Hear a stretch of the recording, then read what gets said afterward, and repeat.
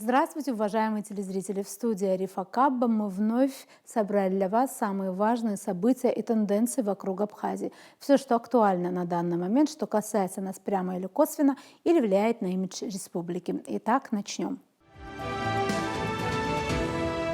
Пропуск граждан на абхазо-грузинской границе будет приостановлен с 23 по 30 октября. Такое решение принял Совбез Абхазии 18 октября. Сообщается, что ограничительные меры инициированы СГБ Абхазии и связаны с возможными провокациями радикальных сил в период проведения парламентских выборов в Грузии 26 октября. Совбез одобрил инициативу службы госбезопасности, сделав исключение для возвращения в Абхазию граждан республики и лиц с видом на жительства, ранее на законных основаниях попавших в Грузию. Силовые структуры Абхазии усилят работу на время проведения выборов в Грузии. Секретарь Совбеза Рауль Лолуа назвал инициативу СГБ правильной. Нам необходимо быть бдительными в части противодействия различным провокационным мероприятиям, отметил он. Запад хочет, чтобы на выборах в Грузии выиграли антироссийские кандидаты, которые настаивают на открытии второго фронта в Абхазии, добавил Лолуа. Другой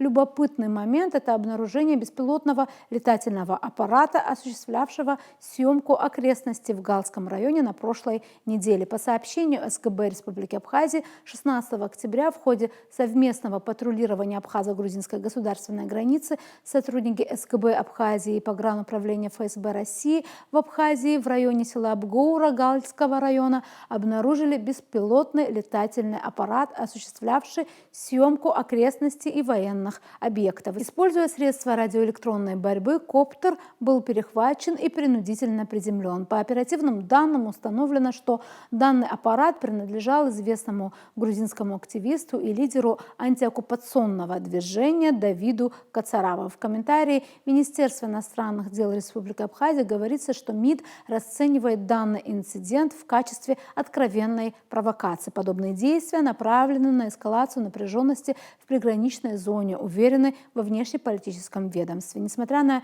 регулярные заявления высшего руководства Грузии о своем стремлении решать все существующие противоречия с Республикой Абхазия исключительно мирным путем, на практике со стороны Грузии продолжается нагнетание ситуации на абхазо-грузинской государственной границе, создающая серьезную угрозу безопасности и стабильности в регионе, отмечено в заявлении МИД Абхазии. Также сообщается, что абхазская сторона намерена обсудить провокацию, организованную грузинской стороной с участниками международных женевских дискуссий в ходе предстоящего раунда, намеченного на 5-6 ноября текущего года.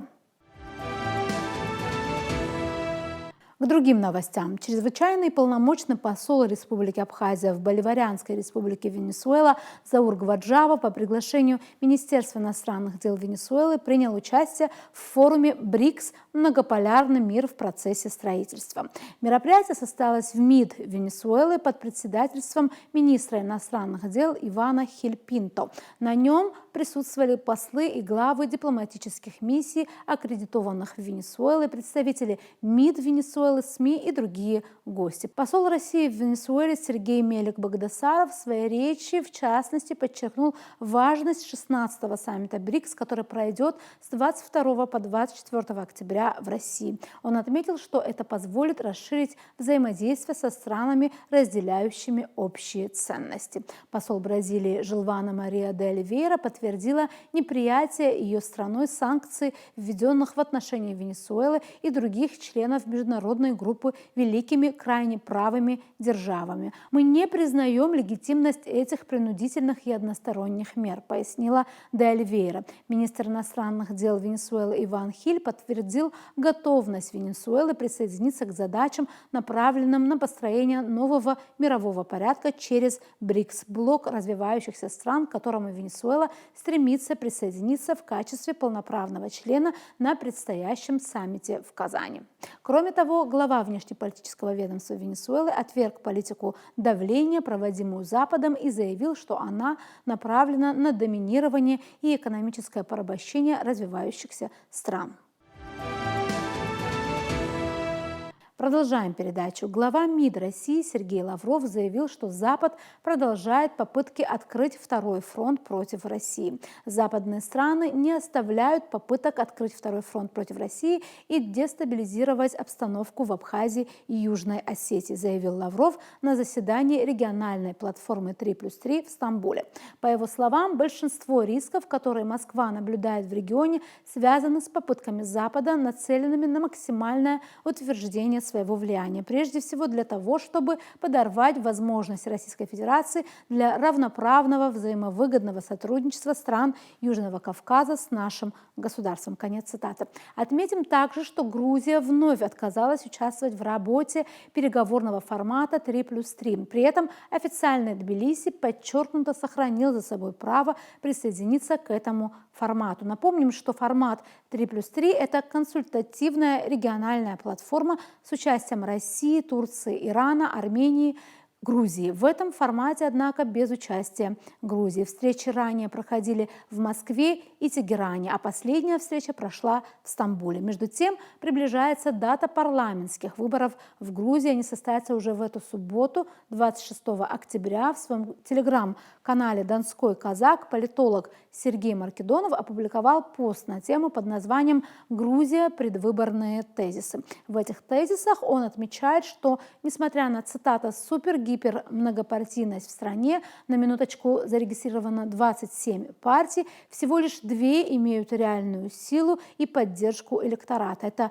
правящая грузинская мечта, за нею Иванишвили, и единое национальное движение, за ним Саакашвили. Также Маркедонов предлагает не жить иллюзиями по поводу разрыва любых политических сил с Западом. Цитата: «Внутривидовая борьба в Грузии не означает готовность ее элит к разрыву с евроатлантическим братством». Далее Сергей Маркедонов пишет о том, что после выборов все укоренившиеся в Грузии проблемы и настроения никуда не исчезнут. Цитата: «Даже в случае полного провала цветников в нашу повестку, пишет эксперт, неизбежно встанут вопросы о том, кто матери Грузии более ценен – Китай или Россия, как и встанут вопросы про территориальную целостность и многие другие. Никуда не денутся укорененные в обществе прозападные настроения, и они связаны не только с пресловутым НАТО или потерей Абхазии, уверен Сергей Маркедонов, но и с мощной грузино-советской контркультурой. Почитайте хотя бы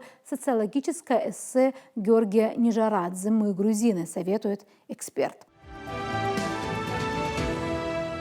К другим новостям. Деятельность официальных представителей МИД Абхазии в различных странах мира всегда в фокусе нашего внимания. Мы стараемся держать вас в курсе событий, которые прямо или косвенно имеют отношение к нашей республике и которые проводятся или проходят с участием официальных представителей внешнеполитического ведомства Абхазии. Сегодня у нас есть возможность пообщаться с официальным представителем МИД Абхазии в Германии Хиблой Амичбо и узнать о том, какие последние новости у представительства, в каком направлении ведется работа у них.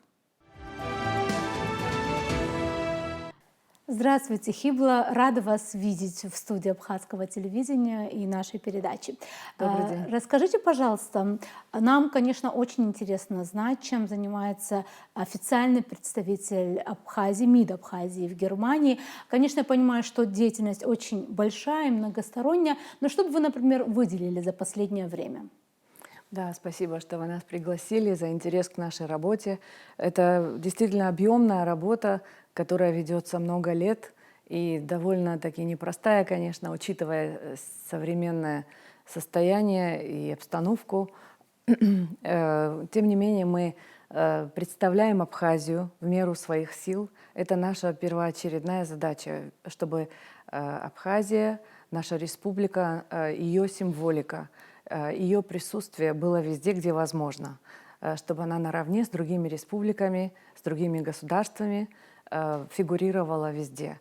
Это, конечно, очень непросто в условиях непризнанности, в которых мы находимся в Европе, но, тем не менее,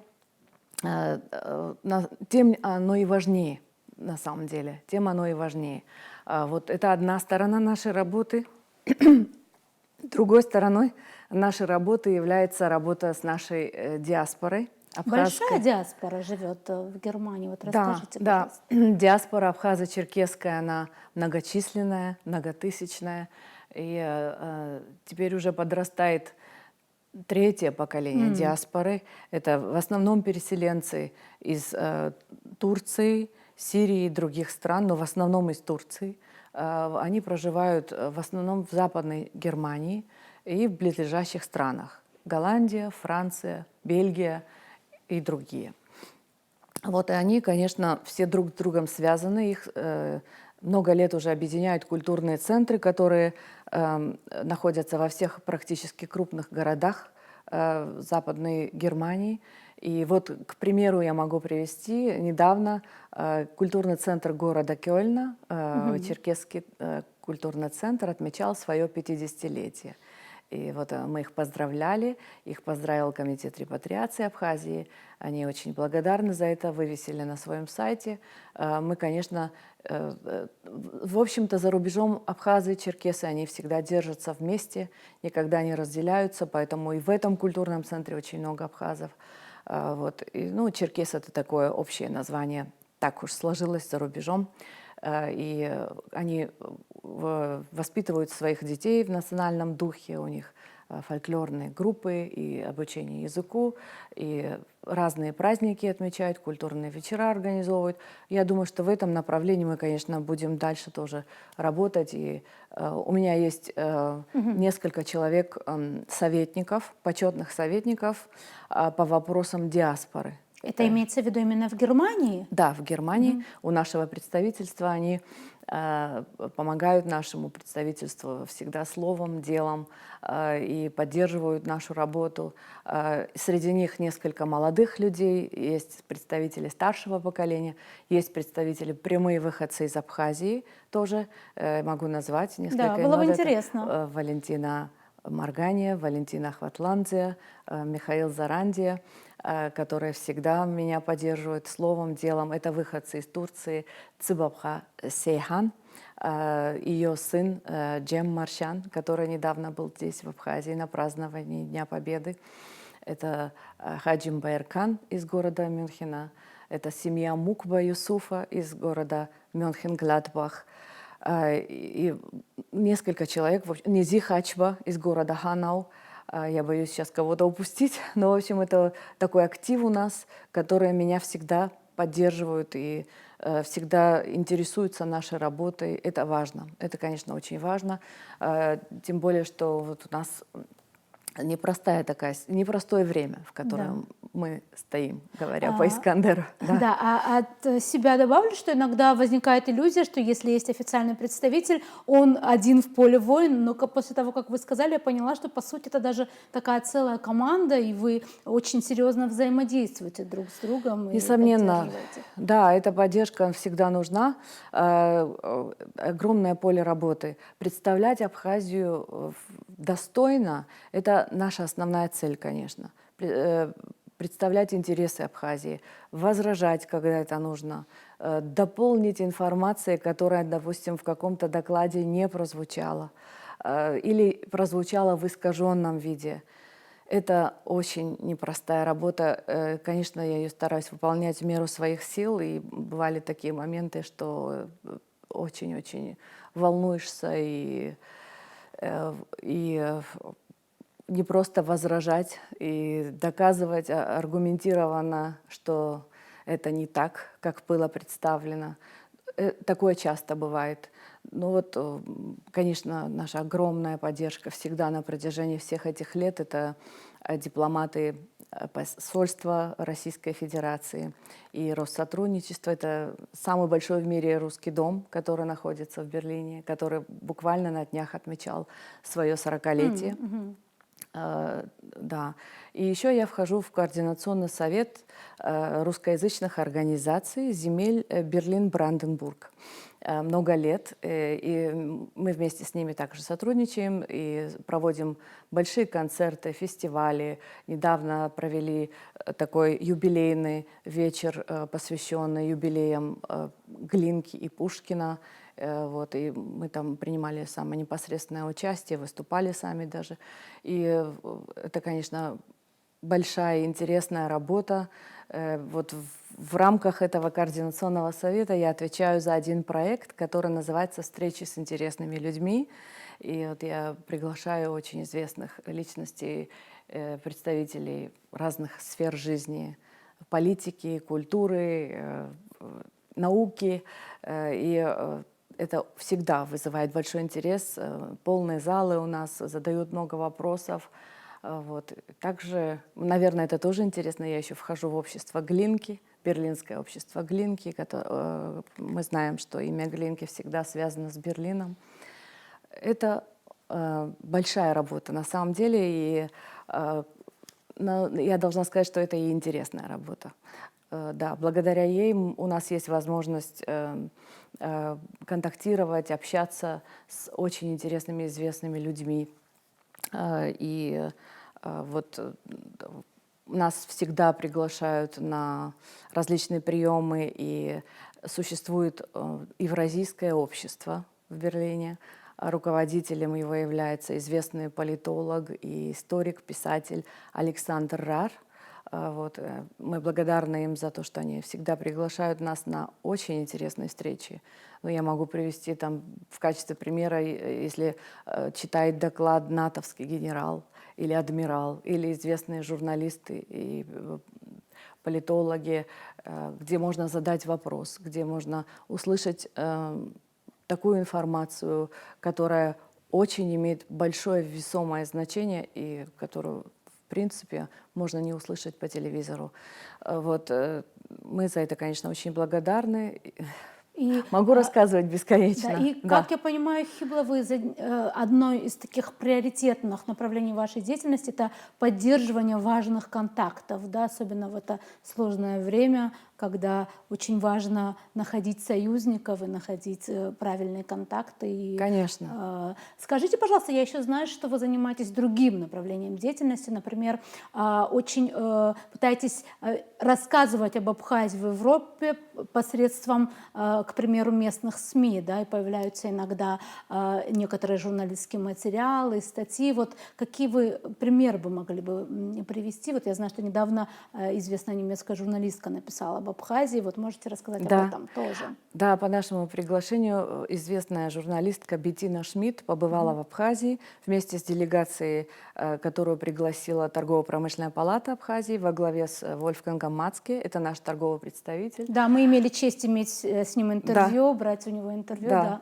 Он очень хорошо работает, и Беттина написала замечательную статью об Абхазии. Это довольно редкое явление в последнее время, и мы ей очень благодарны. И на самом деле это очень смелый такой шаг. Она очень с большим теплом и интересно, и как о государстве написала об Абхазии. Вот. Эта статья, она есть в интернете, ее перевод у нас есть, и я думаю, что мы на наших МИДовских сайтах тоже ее распространим. В общем, такие статьи имеют, конечно, огромное значение, поскольку информационно нам надо очень много работать. В информационном плане нам еще предстоит огромная работа. Это мы все знаем. Да. Вот, ну, в этом плане нам помогают еще наши, конечно, контакты. Это и семья фон Ольденбург, которые исторически связаны с Абхазией, исторически связаны с Россией. Это кровные родственники Романовых, с одной стороны, а с другой стороны кровные родственники Гогенцоллернов, принцев прусских. Вот с этой семьей мы поддерживаем связь. Мы также поддерживаем связь, конечно, с физиками известными, сыновьями Манфреда фон Арден. Вот. Они выросли в Абхазии, с большим теплом вспоминают они, и очень любят Абхазию, и приглашают на все юбилейные мероприятия. Я имела честь там от лица Абхазии прочитать приветственное слово вот, на юбилейном вечере Манфреда фон Арден. Вот, и другие, Клаус Тиссен, который в юном возрасте, в 18 лет здесь начинал свою деятельность. Это выдающийся физик, это легендарная личность. Вот, и, может быть, Все интересно... они когда-то были связаны с Сухумским физико-техническим институтом, да, Да, потом они стали там работали. нобелевскими Да, лауреатами некоторые да, из них. 3 из Да. них стали нобелевскими лауреатами. И, наверное, всем известно имя Густава Герца, Да, он один конечно. из них. Хибла, расскажите, пожалуйста, еще о проблемах, с которыми вы сталкиваетесь, что особенно сложно преодолеть. Да, наряду с комплексом проблем, связанных с нашим непризнанным статусом в Европе, я бы подчеркнула еще, конечно, вот такой вопрос, как так называемая Берлинская стена в интернете. То есть блокируются некоторые наши сайты, например, Абснепресс. Я уже не говорю о спутнике Абхазия. То есть с любого официального учреждения Германии невозможно зайти на наш сайт. В частном секторе это возможно, а вот в официальном нет. Кроме того, конечно, вот 30 лет у нас не работает почта, почтовое сообщение, телефонная связь не всегда возможна, только через интернет. Ну и, конечно, самая такая большая проблема – это визовый вопрос. То, что наши граждане не могут получить шенгенскую визу, выехать за рубеж, даже в таких ситуациях, когда это диктует какая-то гуманитарная проблема, медицинская или же по вопросу обучения студенты не могут выехать. Вот такие вещи, конечно, существуют давно. Я надеюсь, что все-таки они найдут свое решение. Понятно. Большое спасибо, что пришли к нам в студию и ответили на вопросы, и нашли на это время. Пожалуй, это все темы, на которых мы хотели сосредоточить ваше внимание на этой неделе. Мы будем продолжать держать руку на пульсе событий и отслеживать самые важные и интересные события вокруг Абхазии. До новых встреч в эфире.